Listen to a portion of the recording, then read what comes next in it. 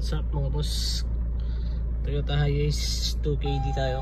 Pag naka-encounter kayo ng ganyan, nakailaw ang handbrake indicator, huwag nyo agad-agad na ang una nyong sisilipin agad yung brake fluid reservoir tank. Maaaring wala nang brake fluid. Ayan, kahit i-apply natin yung handbrake, dapat nag-off yan.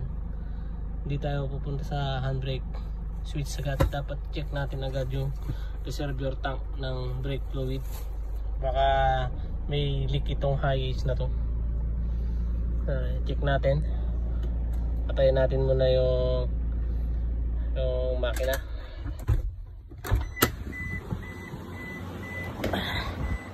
Tapos buksan natin yung hood sarap.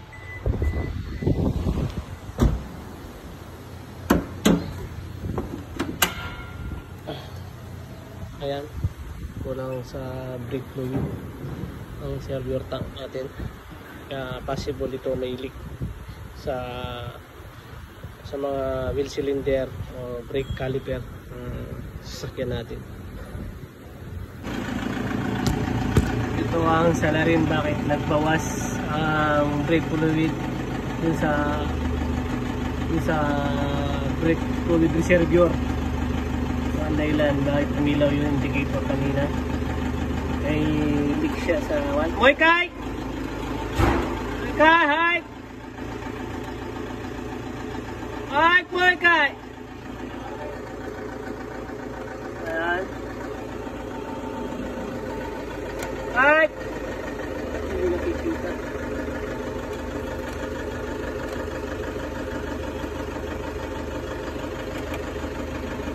Ay, hindi kami ya. Palit na tayong bago wheel cylinder. Ito nag-leak yan.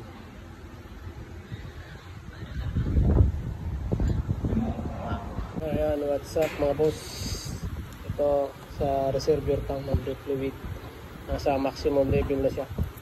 Ito yung kanina umilaw yung dashboard. Titignan natin kung iilaw na ngayon yung dashboard niya. Ilaw pa yung handbrake sa dashboard indicator, handbrake type indicator. Nagpalit tayo ng wheel cylinder kasi nag-leak. Yan natin kung bakit hindi na umilaw. Hindi na umilaw handbrake natin. Yan. Hindi tayo basta-basta magpapalit ng brake switch muna. Check muna natin yung brake fluid sa reservoir tank. Ayan, okay na siya. Tayong Hiace